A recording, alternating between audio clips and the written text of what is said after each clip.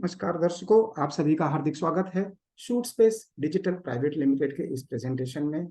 दोस्तों, हम लोग आपका स्वागत करते हैं आईटी सेक्टर की इंडस्ट्री में, जो कि काफी तेजी से ग्रो कर रही है। और इस इंडस्ट्री के अंदर डेटा सेंटर का बिजनेस और भी तेजी से ग्रो कर रहा है। आप ध्यान से इस प्रेजेंटेशन को सुन रहे हैं, आपने अपना समय दिया, इसीलिए बहुत बहुत धन्यवाद। दोस्तों, हम लोग आम कॉरपोरेट कंपनी की तरह आरओसी में रजिस्टर्ड एक कॉरपोरेट कंपनी है जो कि आईटी सेक्टर में काम कर रही है, और उसमें भी आईटी एनेबल्ड सर्विसेज हम लोग प्रोवाइड करते हैं।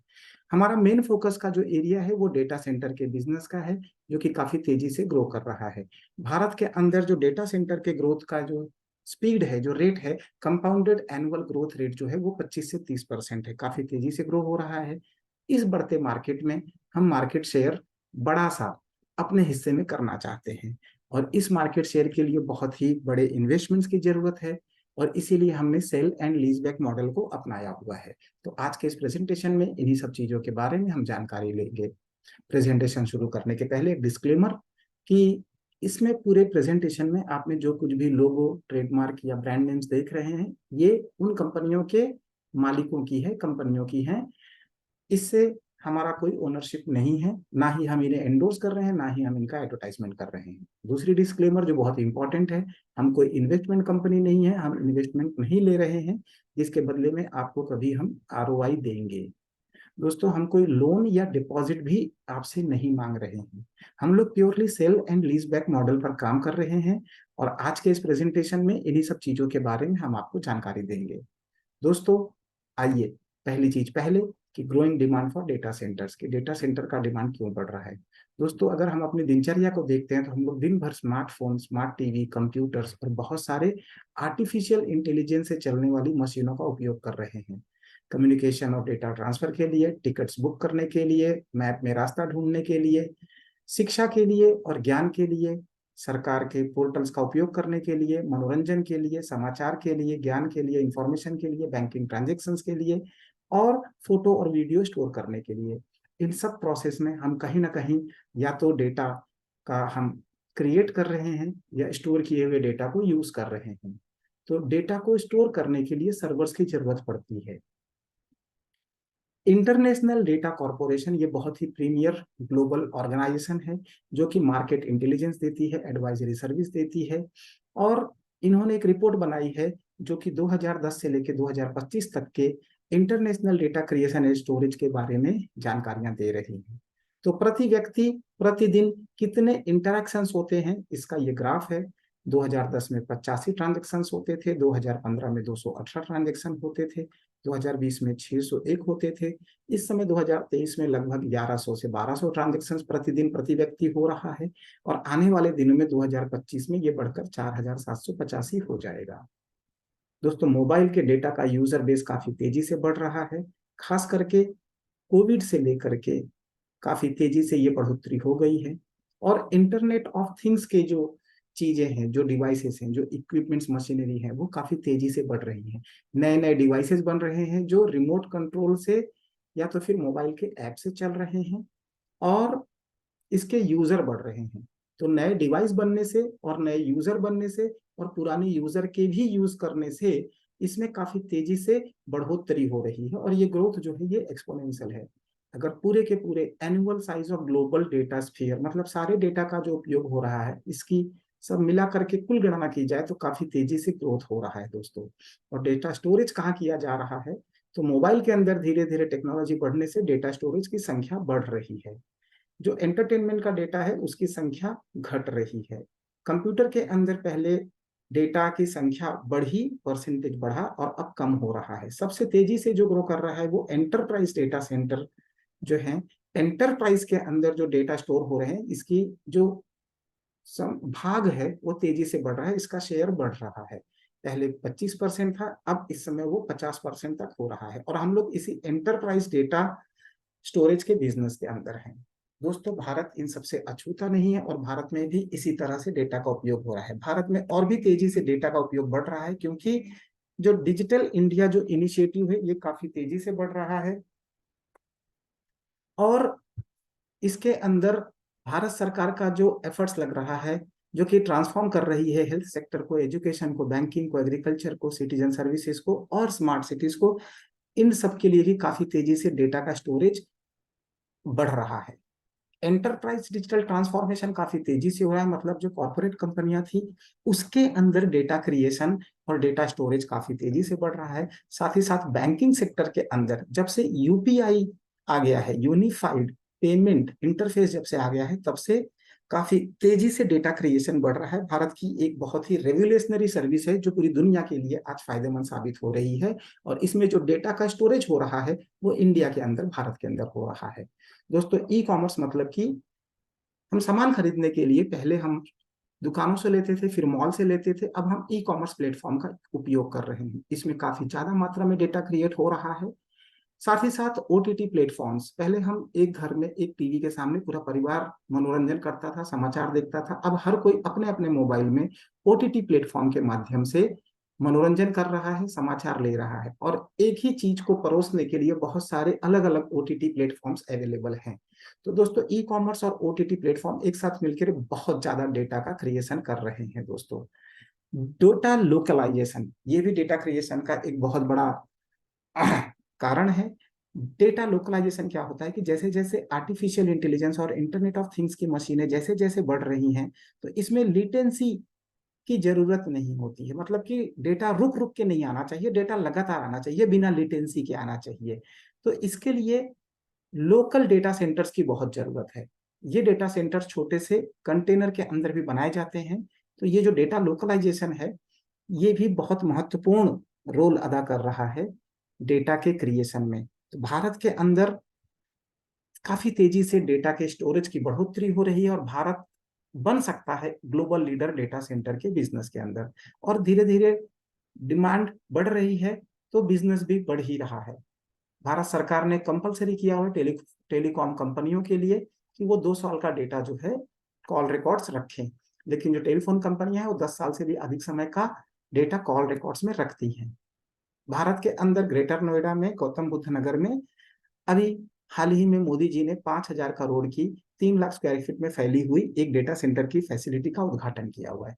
हमें भारत में ऐसे बहुत से डेटा सेंटर्स की जरूरत है। दोस्तों, अगर हम समरी करें भारत के अंदर, तो काफी तेजी से एक्सप्लोजन हो रहा है इंटरनेट के उपयोगकर्ताओं का। इस समय 45 से 50 करोड़ हैं, आने वाले 2 सालों में बढ़ करके ये 90 करोड़ हो जाएंगे। अगर भारत के अंदर वायरलेस डेटा के उपयोगकर्ताओं की बात करें, तो पिछले 5 सालों में 7 गुना का जंप हुआ है, बढ़ोतरी हुई है। पहले एक महीने में एक आदमी 1.25 GB डेटा का उपयोग करता था, और आज 14 GB एक आदमी एक महीने में डेटा उपयोग कर रहा है ऑन एन एवरेज। मतलब कुछ लोग 40 GB भी करते होंगे, कुछ लोग 1 GB भी कर देंगे, लेकिन ऑन एन एवरेज 14 GB ये एवरेज डेटा यूज है। भारत नेट प्रोग्राम जो सरकार का है वो भी डेटा की क्रिएशन में बढ़ोतरी कर रहा है, और ग्रोइंग 5G नेटवर्क जो है ये और भी तेजी से बढ़ा रहा है। तो दोस्तों, इन सब की वजह से डेटा की काफी बढ़ोतरी हो रही है, और इसीलिए डेटा सेंटर्स की जरूरत है। अगर डेटा सेंटर्स की बात करें तो यूएसए जो है, अमेरिका नंबर 1 पे है 5,375 डेटा सेंटर्स के साथ में बड़े बड़े, और जर्मनी जो है 522 बड़े डेटा सेंटर के साथ नंबर 2 पे है। अगर भारत की बात करें तो नीचे से दूसरे नंबर पर 151 डेटा सेंटर के साथ हम नंबर 14 पे हैं। आबादी के अनुसार हम नंबर 1 पे हैं। बहुत जल्दी हम डेटा के क्रिएशन और यूटिलाइजेशन में, उपयोग में नंबर 1 पे हो जाएंगे। लेकिन डेटा सेंटर की अगर बात करें तो हमारे पास डेटा सेंटर बहुत कम है जरूरत के मुताबिक। और दोस्तों, आपको जानकर हैरानी होगी कि 70% हमारा डेटा जो है वो अभी भी विदेशी धरती पर है, जिसे मोदी जी चाहते हैं कि उसको भारत में लाया जाए। तो कुल मिलाकर के अब तक हमने जो देखा उसकी समरी ये है कि डेटा सेंटर के बिजनेस के अंदर डिमांड काफी बढ़ी है, हाई डिमांड है, लेकिन डेटा सेंटर की सप्लाई लो है। और जहां कहीं भी लो सप्लाई होती है, हाई डिमांड होता है, वहां पर बहुत अच्छे बिजनेस की अपॉर्चुनिटी होती है। तो दोस्तों, इसीलिए हम डेटा सेंटर के बिजनेस में आए हैं। और डेटा सेंटर क्या है, ये इंडस्ट्री क्या है, आइए इसको समझ लेते हैं। दोस्तों, डेटा सेंटर क्या होता है? डेटा सेंटर एक ऐसी जगह होती है जहां पर कंप्यूटिंग मशीन्स होती हैं और रिलेटेड हार्डवेयर रखे रहते हैं, इक्विपमेंट्स रखे रहते हैं। और यहाँ पर जो डेटा रहता है उसे हाई सिक्योरिटी के साथ, कंटिन्यूटी और फास्ट कंटिन्यूटी और पावर सप्लाई के साथ यहाँ इसको मैनेज किया जाता है, अपने लिए भी और थर्ड पार्टी के लिए भी। अमूमन एक डेटा सेंटर कैसे दिखता है? तो ऐसे दिखता है जैसा कि आपके स्क्रीन पे दिख रहा है। इसमें कंप्यूटिंग डिवाइसेस होते हैं, स्टोरेज डिवाइसेस होते हैं, नेटवर्क के इक्विपमेंट्स होते हैं, पावर सप्लाई के इक्विपमेंट्स होते हैं और साथ ही साथ हाई स्पीड इंटरनेट का सिस्टम होता है। एक डेटा सेंटर के अंदर दो तरह की सिक्योरिटी बहुत महत्वपूर्ण होती है, एक फिजिकल सिक्योरिटी और एक ऑनलाइन सिक्योरिटीज। तो डेटा सेंटर के लिए यह महत्वपूर्ण अंग है। डेटा सेंटर के अंदर ये सब चीजें होती हैं। और डेटा सेंटर के अंदर पहले डेटा सेंटर जो होते थे वो कंपनियां अपने लिए बनाती थी। धीरे धीरे क्या हो गया है कि इंफ्रास्ट्रक्चर एज अ सर्विस का बिजनेस मॉडल आया है। यहाँ पर कुछ कंपनियां अपना पूरा इंफ्रास्ट्रक्चर का सेटअप खड़ा करती हैं और उसे विभिन्न लोगों को किराए पर देती हैं। इसे कहते हैं इंफ्रास्ट्रक्चर एज अ सर्विस। दोस्तों, कितने तरह के डेटा सेंटर होते हैं? एक तो पहला होता है एंटरप्राइज डेटा सेंटर, जो कि कंपनियां अपने लिए बनाती हैं, अपने उपयोग के लिए। दूसरा होता है कि जब उन्हें किसी दूसरी लोकेशन पर जाना होता है और वहां पर उन्हें पूरा डेटा सेंटर खड़ा नहीं करना होता है, तो ऑलरेडी एग्जिस्टिंग डेटा सेंटर्स के अंदर वो किराए पर जगह लेकर अपने इंजीनियर को रखकर को लोकेशन डेटा सेंटर के अंदर ऑपरेशन शुरू करती हैं। तीसरा होता है मैनेज्ड सर्विस डेटा सेंटर। ये भी दूसरे लोकेशंस पर जब डेटा सेंटर लेना होता है लेकिन अपना इंजीनियर भी नहीं होना रखना होता है, तो वहां पर दूसरे इंजीनियर के माध्यम से इसको मैनेज करके जो चलाया जाता है, इसे मैनेज्ड सर्विस डेटा सेंटर कहते हैं। बाकी अगला जो टाइप का डेटा सेंटर है वो है क्लाउड डेटा सेंटर। ये बहुत बड़े बड़े डेटा सेंटर होते हैं जो कि एकर्स में फैले हुए होते हैं। और इन डेटा सेंटर्स का अनुभव हम ऑलरेडी कर रहे हैं। हम व्हाट्सअप यूज कर रहे हैं, फेसबुक यूज कर रहे हैं, गूगल यूज कर रहे हैं, सोशल मीडिया के अलग अलग प्लेटफॉर्म यूज कर रहे हैं। इसमें कंपनियां हमें काफी जीबी डेटा स्टोर करने की फैसिलिटी देता है। ऑन एन एवरेज 2 से 3 GB डेटा हम स्टोर कर सकते हैं इसमें। ये डेटा कहाँ स्टोर होता है? तो ये डेटा भले हमारे अकाउंट में होता है लेकिन फिजिकली ये क्लाउड डेटा सेंटर में स्टोर होता है। और ये डेटा सेंटर बहुत ही मैसिव और बड़े बड़े होते हैं, एकर्स में फैले होते हैं। इसके बाद बात आती है एज डेटा सेंटर्स की। एज डेटा सेंटर क्या होता है? इंटरनेट ऑफ थिंग्स और आर्टिफिशियल इंटेलिजेंस से चलने वाले जितनी भी मशीनें हैं, इन्हें लिटेंसी के बिना वाला कनेक्टिविटी चाहिए, बिना रुकावट का कनेक्टिविटी चाहिए। और लास्ट माइल कनेक्टिविटी देने के लिए एज डेटा सेंटर का डिजाइन कॉन्सेप्ट आया है। एज डेटा सेंटर एक 40 फुट के कंटेनर में भी फुल फ्लेज डेटा सेंटर बनाया जाता है और इसके माध्यम से ही जितनी भी गैजेट्स होते हैं, जितने भी इंस्ट्रूमेंट्स होते हैं, जितने भी अलग अलग इंटरनेट ऑफ थिंग्स से चलने वाली मशीनें होते हैं, उन्हें लास्ट मिनट की लास्ट माइल की कनेक्टिविटी दी जाती है। इसे एज डेटा सेंटर कहते हैं। दोस्तों, अगर हम कॉस्ट की बात करें तो जो कैप्टिव डेटा सेंटर होते हैं वो काफी महंगे होते हैं, को लोकेशन भी महंगे होते हैं लेकिन कम महंगे होते हैं। लेकिन इंफ्रास्ट्रक्चर एज अ सर्विस वाले जो डेटा सेंटर्स होते हैं, इन्हें कम कैपेक्स की जरूरत पड़ती है, इनके अंदर शेयरिंग ज्यादा होती है और इसीलिए ये हर किसी के लिए फायदेमंद होता है। और जो infrastructure as a service data centre चलाता है उसको भी फायदा रहता है, जो सेलर और जो सर्विस प्रोवाइडर होते हैं उन्हें भी फायदा होता है, बायर के लिए भी फायदा होता है और एंड यूजर के लिए भी फायदा होता है। आइए दोस्तों, अब अगली चीज को समझते हैं, the sale and lease back model. ये क्या है?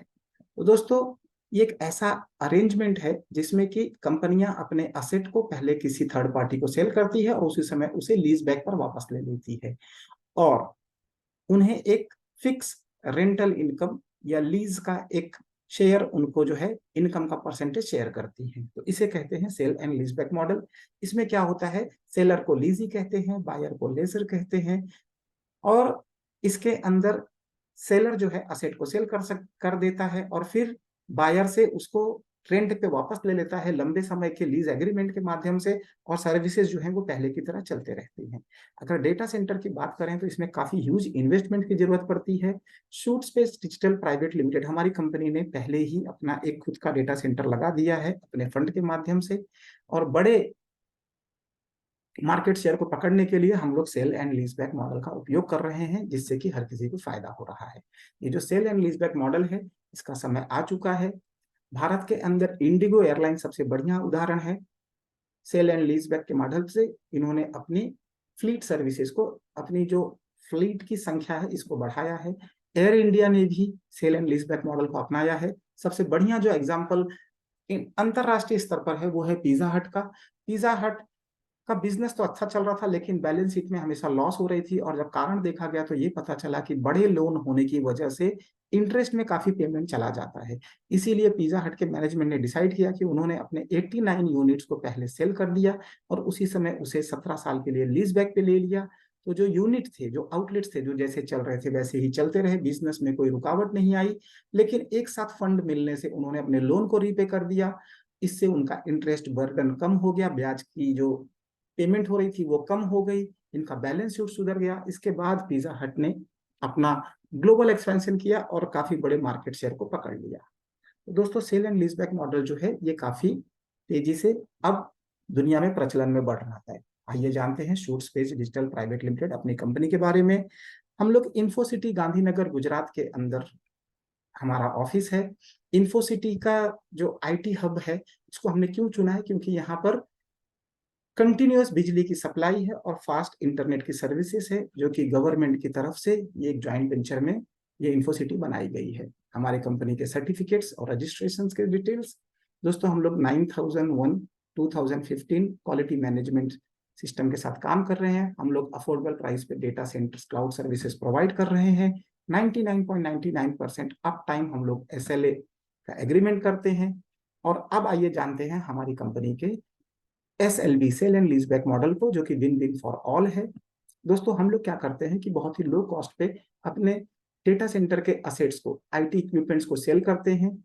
और इसको जब हम सेल करते हैं तो ओनरशिप जो है वो ट्रांसफर हो जाता है बायर की तरफ, और उसी समय हम उनसे लीज बैक पे ले लेते हैं। और हम उनको अश्योरेंस देते हैं कि यहाँ पर जो भी मेंटेनेंस का काम है वो हम करेंगे, इसको हम बिजनेस जो करना होगा वो हम करेंगे, जो भी कुछ सर्विसेज की जरूरत पड़ेगी वो हम देंगे। और इसके लिए कस्टमर को कुछ पेमेंट नहीं करनी है, हमारे बायर्स को कुछ पेमेंट नहीं करना है, उन्हें सिर्फ रेंटल इनकम पे ध्यान देना है। और दोस्तों, ये जो आईटी इक्विपमेंट्स होते हैं इनकी लाइफ 7 साल की है।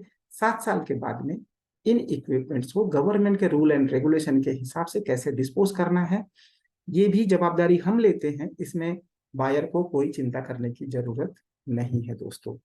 तो जो भी गवर्नमेंट के रूल रेगुलेशंस से जैसे भी डिस्पोज करना होगा, इसे हम करेंगे, इसका हम एग्रीमेंट करके देते हैं। तो दोस्तों, हमारे इस मॉडल में अपॉर्चुनिटी सभी के लिए है, और हो सके आप जितनी जल्दी इस अपॉर्चुनिटी को पकड़िए और इसके साथ ग्रो करिए। आप हमारे साथ जुड़ सकते हैं मात्र एक टीवी से। एक टीवी की बेसिक कीमत है 33,000 रुपए, GST 5,940 रुपए, विद GST 38,940 रुपए से आप हमसे आईटी इक्विपमेंट्स परचेज कर सकते हैं एक टीवी का। और आपको मंथली रेंटल इनकम मिलेगा 1,650 रुपए। इस 1,650 में आपको 5% TDS और 2% सर्विस चार्ज का डिडक्शन होगा। बैलेंस अमाउंट आपके अकाउंट में ट्रांसफर कर दिया जाएगा। अगर आप 120 टीवी लेते हैं तो 39,60,000 बेस प्राइस है, 7,12,800 GST है, 46,72,800 रुपए पे करके आप हमसे इन इक्विपमेंट्स को खरीद सकते हैं 120 टीवी को। और आपको जो मंथली रेंटल इनकम मिलेगी 2,17,800 मिलेगी। इसमें 7% का डिडक्शन हो जाएगा। इसी तरह आप चार्ट देख सकते हैं। अगर आप 4 टीवी लेते हैं तो 1,55,760 रुपए में, जिसमें 6,600 रुपए रेंटल इनकम। 10 टीवी लेते हैं तो 3,89,400, जिसमें 16,500 रेंटल इनकम मिलती है। 20 टीवी जिसकी टोटल कीमत है विद GST 7,78,800, जिसमें कि 33,000 आपको रेंटल इनकम मिलेगी। 40 टीवी 15,57,600 रुपए में, जिसमें कि 72,600 रुपए आपको रेंटल इनकम मिलेगी। 80 टीवी के लिए आपको विद GST पे करना है 31,15,200 रुपए, जिसमें आपको 1,45,200 रेंटल इनकम मिलेगी। और 120 टीवी में टोटल कॉस्ट 46,72,800 का है, जिसमें रेंटल इनकम आपको मिलेगी 2,17,800 का। जो भी आपको रेंट्स मिलेंगे वो 5 तारीख के पहले मिल जाया करेंगे, हर महीने की 5 तारीख के पहले। और हम आपको एग्रीमेंट करके देंगे कि आपको 84 महीने तक हम लगातार ये रेंटल इनकम देंगे।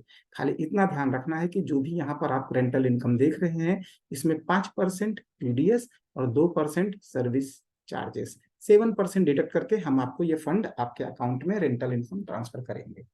जैसे ही आप हमसे जुड़ते हैं तो आपको मिलता है welcome letter, channel partner agreement कि आप इसको किसी और को रेफर करके बेनिफिट्स कमा सकते हैं, legal status e contract, asset sale agreement, ownership document होगा, SLA service level agreement, 99.99% uptime हम इसको ऑपरेट करते रहेंगे, इसका एक एग्रीमेंट होगा। और ऑपरेशनल लीज एग्रीमेंट देंगे, minimum monthly rental agreement for 84 months का। दोस्तों, हमारी कंपनी की कुछ policies one pan card one code policy है। आप एक पैन कार्ड पे एक कोड एक्टिव कर सकते हैं और आप उस एक कोड पे चाहे जितने मर्जी हो उतने टीवी परचेज कर सकते हैं।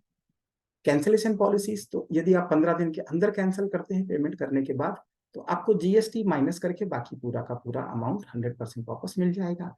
15 से लेकर 30 दिन के बीच में अगर आप कैंसिल करते हैं तो जो भी मार्केट एक्सपेंसेस डिस्ट्रीब्यूट किए जा चुके हैं उसे डिडक्ट करके और जो जीएसटी पे किया होगा उसे डिडक्ट करके बैलेंस पेमेंट आपको ट्रांसफर कर दिया जाएगा, यदि आप 30 दिन के अंदर कैंसिल करते हैं। और 30 दिन के बाद हम ये मान लेते हैं कि आप हमारे सर्विसेज के साथ जुड़ रहे हैं और आपको हम 84 महीने तक रेंटल इनकम देते रहेंगे। एक बार फिर से, आपको जो भी पेमेंट मिलेगा उसमें 5% टीडीएस और 2% सर्विस चार्ज डिडक्ट होकर मिलेगा।